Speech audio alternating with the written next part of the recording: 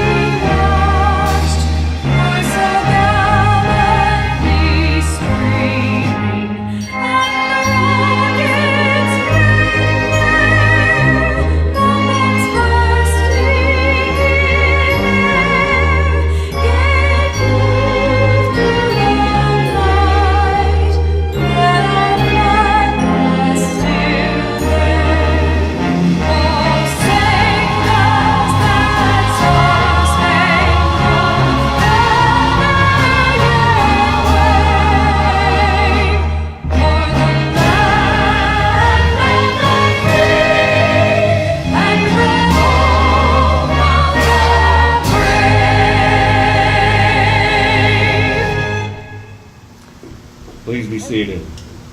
Members and guests, the purpose of this service is to honor our country's flag, to celebrate the anniversary of its birth, and recall the achievements attained beneath its folds. It is quite appropriate that such a service be held by the Order of Elks, an organization that is distinctively American, intensely patriotic, and without counterpart. Esteemed leading knight, what are the fraternal aims of the Benevolent Protective Order of Elks? To inculcate the principles of charity, justice, brotherly love, and fidelity, to promote the welfare and happiness of mankind, to uphold our country and its laws, and to quicken the spirits of American patriotism. Esteemed leading knight, what is the significance of the American flag?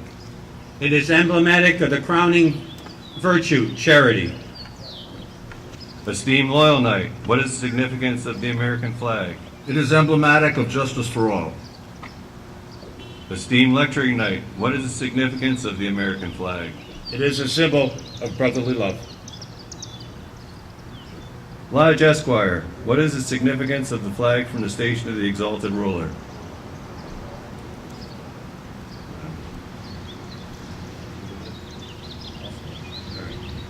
It is a symbol of fidelity. Charity, justice, brotherly love, and fidelity are the cardinal principles of our order and are exemplified in all our services. By them we teach love of country and of our countrymen and loyalty to our American way of life.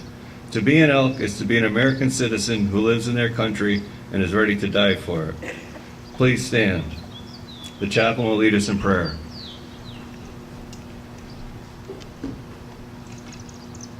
Almighty God, in this hour of patriotic observance of the birthday of the American flag, we ask you to bless our flag and the people of these United States. For all that our flag represents both at home and abroad, we thank thee, and that through all our history as a nation, it has been an ensign of freedom, liberty, and opportunity. And through the years to come, may this flag wave as the banner of liberty, freedom, and enlightenment. May this service bring to each of us a sense of loyalty to our country and enable us to be better patriots, truer citizens, and more loyal Americans, to thy glory and to the honor of this great nation. Amen. Please be seated.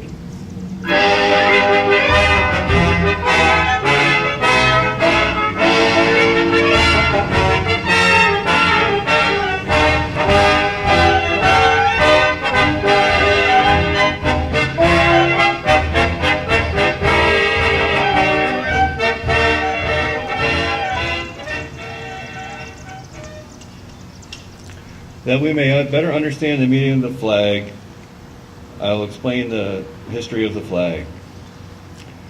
Heraldry is old as the human race. The carrying of banners has been a custom among all people in all ages.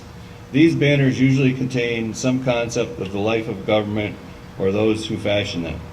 The evolution of the American flag marks the progression of the government of the American people. From the founding of Jamestown in Virginia in 1607 until 1777, the flag of England was the flag of the peoples of America. In 1777, the pine tree flag was adopted for all colonial vessels, and this was the banner carried by the colonial forces in the Battle of Bunker Hill.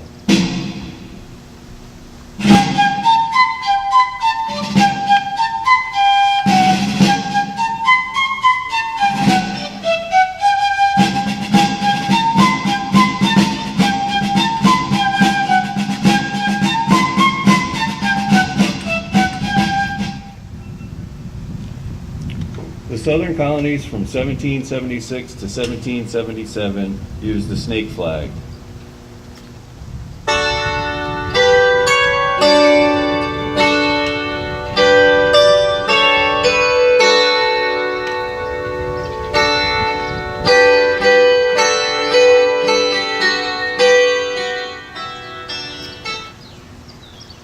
In the latter part of 1775, the Continental Congress appointed a committee to consider the question of a single flag of 13 colonies. That committee recommended a design of 13 alternate stripes of red and white with an azure field in the upper corner bearing the red cross of St. George and the white cross of St. Andrew. John Paul Jones, the senior lieutenant of the flagship Alfred, hoisted this flag to the masthead on December 3rd, 1775. And 1 month later it was raised over the headquarters of General Washington at Cambridge, Massachusetts, in compliment, as he wrote, to United Colonies.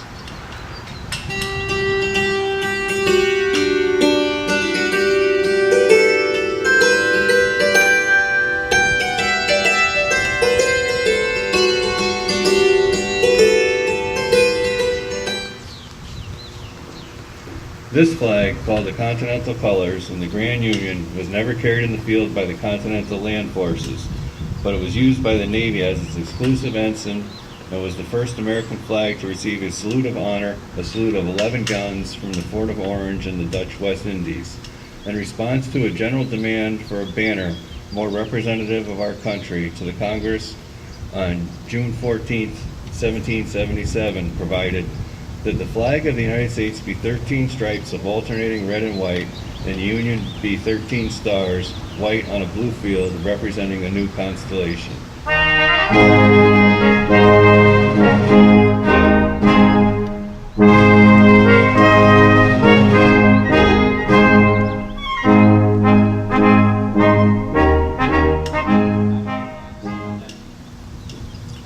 It was generally believed that in May or June of 1776, a committee consisting of George Washington, Robert Morris, and George Ross commissioned Betsy Ross, a Philadelphia Quakeress, to make a flag from a rough design they left with her.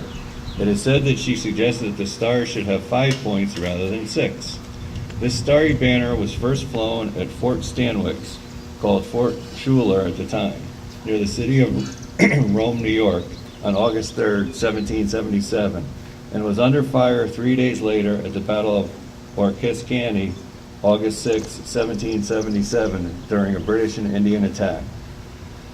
The first official salute to the Stars and Stripes was given on February 14, 1778, by France on the French coast, when the Ranger, under command of John Paul Jones, was saluted by the French fleet. This flag, then carried by the Ranger, was made by a young woman of Portsmouth, New Hampshire, from stripes of her best-colored silk dress and the white wedding gown of a recent bride. It is said that this named Ranger's flag was flown by Jones's ship, the Bonhomme Richard, in its thrilling fight by moonlight upon the high seas with the British frigate Serapis. When the Serapis struck her colors, the immortal fame of John Paul Jones was ensured in the intrepid defender of the youthful republic. The original 13 stars and stripes represented the original 13 colonies.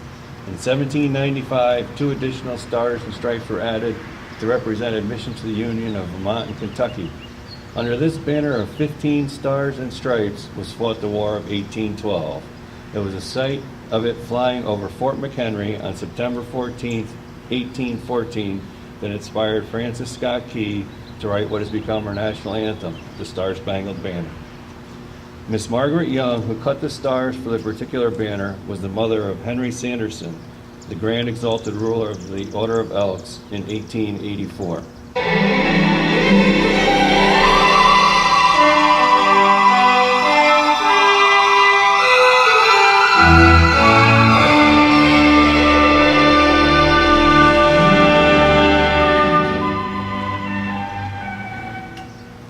The Congress of April 14, 1818 adopted a resolution that on and after July 4, 1818, the number of stripes should be 13 and the blue field should carry 1 star for each of the 20 states in the Union, and that a new star should be added for each state thereafter admitted.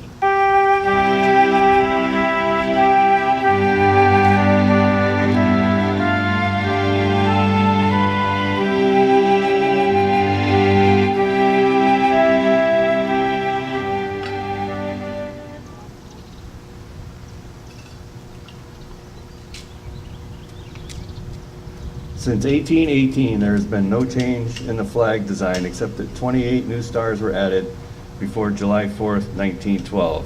And this flag of 48 stars flew over this nation for 47 years until just before the Vietnam War.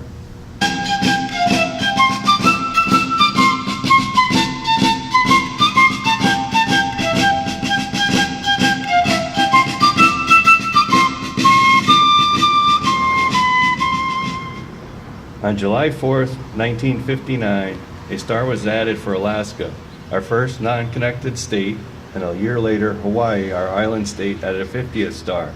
Our present flag, 50 stars and 13 stripes, it is accompanied by the POW MIA flag to recognize the plight and demise of a special group of our armed services, those who were prisoners of war or still remaining missing in action.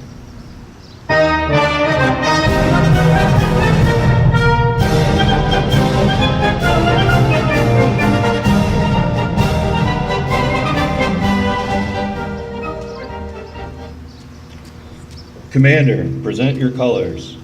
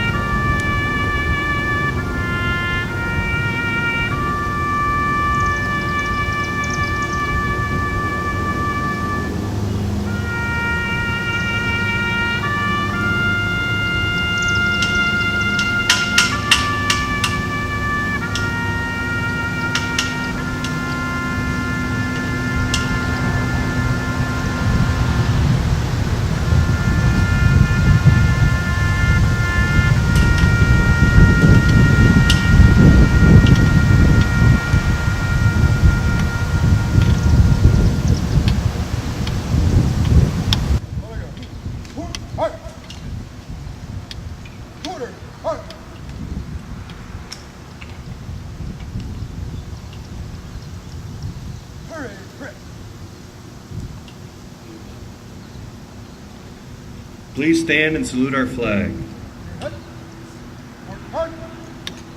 As this emblem is first in our hearts as loyal Americans, so it is so close to the altar as loyal Elks. With gentle breezes, with lingering caress, kiss the folds of no flag which can compare with its beauty. There is no such red in budding rose, no falling leaf or sparkling wine, no such white in April blossom, in crescent moon or mountain snow. No such blue in woman's eye, in ocean's depth or heaven's dome, and no such pageantry of clustering stars and streaming light in all the spectrum of the sea and sky. Please be seated. Our flag is at once a history, a declaration, and a prophecy. It represents the American nation as its birth. It speaks for what it is today, and it holds the opportunity for future to add other stars to the glorious constellation. The Benevolent and Protective Order of Elks is the first and only fraternal body to require a formal observance of Flag Day. In July of 1908, the Grand Lodge of this order at Dallas, Texas, then assembled, provided for the annual nationwide observance of Flag Day on the 14th of June in each year by making it mandatory upon each subordinate lodge of the order. This unique distinction, as the strongest promoter of Flag Day, is most becoming to the Order of Elks. The order is distinctively American. Only American citizens are eligible to join it and has no foreign affiliations. It has linked its destiny with the destiny of our country and made this flag its symbol of self-dedication to God, to country, and to fellow man. Please stand and join in singing God Bless America.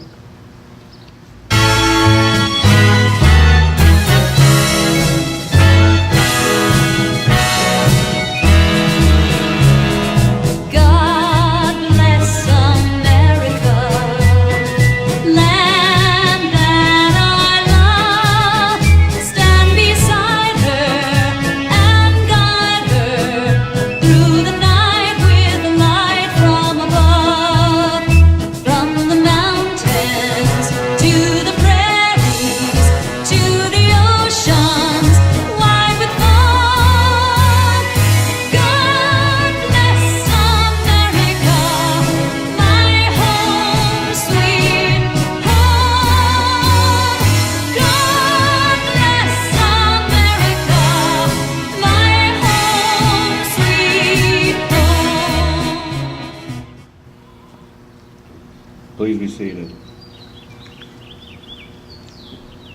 The Stars and Stripes flag of the United States of America, the worldwide hope of all who under God will be free to live and do His will. Upon its folds is written the story of America, the epic of the mightiest and noblest in all history. In the days when peoples of old world groveled in abject homage to the hearsay of the divine rights of kings, a new constellation appeared in the western skies, the Stars and Stripes, symbolizing a divided right to all life, liberty, happiness, and peace under endowment by their Creator. To what man or woman is given words adequate to tell the story of the building of this nation? This immortal story is written in blood and sweat, in heroic deeds, in unremitting toil in clearing the primeval forests and in planting of vast prairies where once the coyote and the buffalo roamed. Onward swept the nation, spanning wide rivers, leaping vast mountain ranges, leaving in its path villages and farms, factories and cities, till at last this giant nation stood astride the continent from the Atlantic to the Pacific. This is the heritage of the people of the United States. It has been repurchased by each succeeding generation and must be re-won again, again, and again until the end of time. Least it too shall pass like the ancient empires of Greece and Rome. The price of liberty is eternal vigilance. What has won Lexington and Concord and Bunker Hill has to be repurchased at Ticonderoga and Yorktown. What John Paul Jones achieved upon the high seas in the War of Independence had to be repurchased by Commodore Perry on Lake Erie in the War of 1812. The prestige of Admiral Dewey's victory at Manila Bay in 1898 was re-won by the naval battles in the seas about the far distant islands of the Pacific after the sneak attacks upon Pearl Harbor and Manila in 1941 had summoned our country to assume its role in World War II. What our troops achieved under the Stars and Stripes at Chateau Thierry in Flanders in World War I, their sons were required to repurchase in World War II in the bloody trek across northern Africa, on the backheads of Europe, and the Battle of the Bulge. The flag, our American men raised at Iwo Jima, was the same flag later raised in the defense of Incheon, Busan, and Porkchop Hill in far-off Korea. Then another generation under the same flag bled to stem the threat of communism in far-off Vietnam.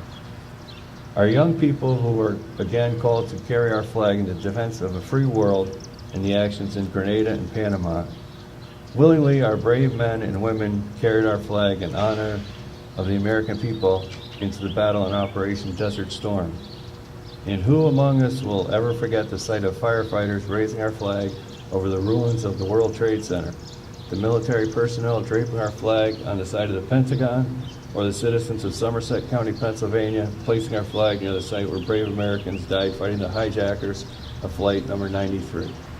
No other symbol could have offered such comfort as we still today endure the horrors of that day.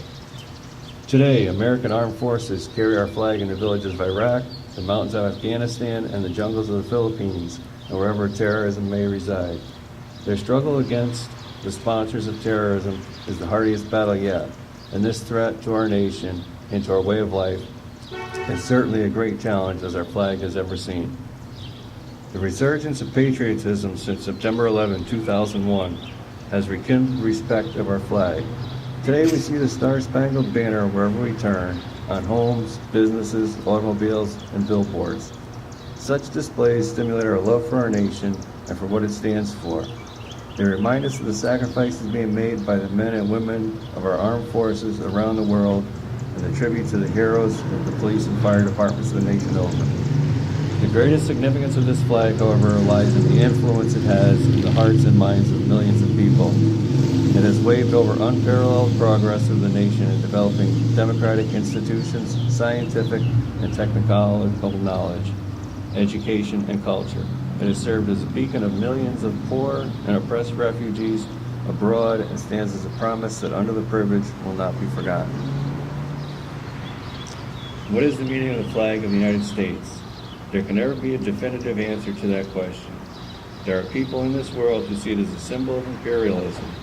Others see it as a destiny of the people. But reference to these and similar views of the flag was resolved by Woodrow Wilson when he said, "This flag, which we honor and under which we serve, is the emblem of our unity, our power, our thought, and shape of this nation.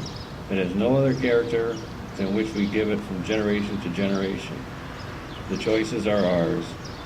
Only true love of our fellow man can create a peace. The emblem and token of that love is the stars and stripes and the symbol of the American way of life. Our fathers, God, to thee, author of liberty, to thee we sing. Long may our land be bright with freedom's holy light. Protect us by thy might, great God, our King."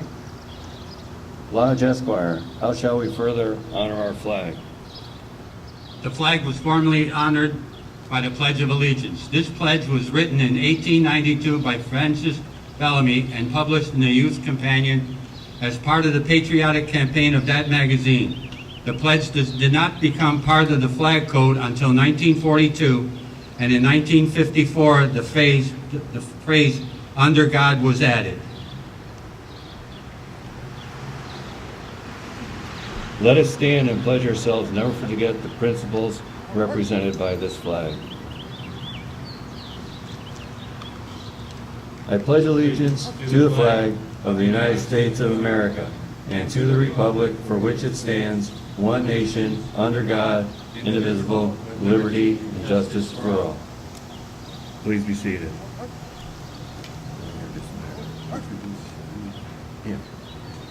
Now I want to introduce Anita Delgado, the Mayor of Derby, for a few words.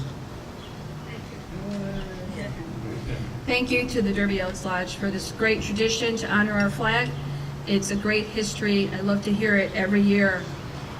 Thank you all for making it possible and successful this year. The weather did cooperate.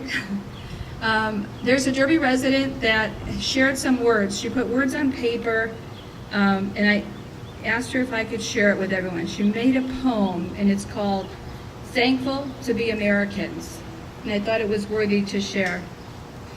Thankful we are who are called Americans. We live in a country that's free, where our forefathers died as they battled their foe, the redcoats from across the sea.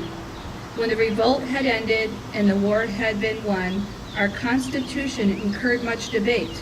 The document was ratified and finally signed. Each colony was now called a state. 13 in all, from the north to the south, growing steadily from east to west. Alaska and then Hawaii were included at last. Now we have 50 of the very best. The Statue of Liberty, with her torch held high, has welcomed the masses who lived in fear. These immigrants helped to build this country, grateful for the solace they found here. We've become a multicultural nation. Our diversity is what makes us great. Since God shed his grace on all of us, there should be no reason for us to hate. Happy 4th of July, dear brothers and sisters. May God continue to bless this nation. Although it's not perfect, it's the best in the world, so let's enjoy our freedom celebration. Let us all proudly fly our nation's flag with the stars and stripes on display. But please make absolutely certain your flag was made in the USA. So I thank Joan Wilson for great words, and I just had to share them. Thanks so much.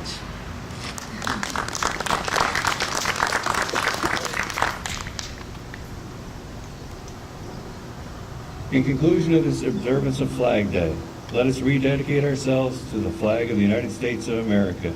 And may the principles of charity, justice, brotherly love, and fidelity ever increase in each of us. I would like to thank the Derby Police Department, the American Legion Post 16, the Boy Scouts and Cub Scouts that helped in our program today.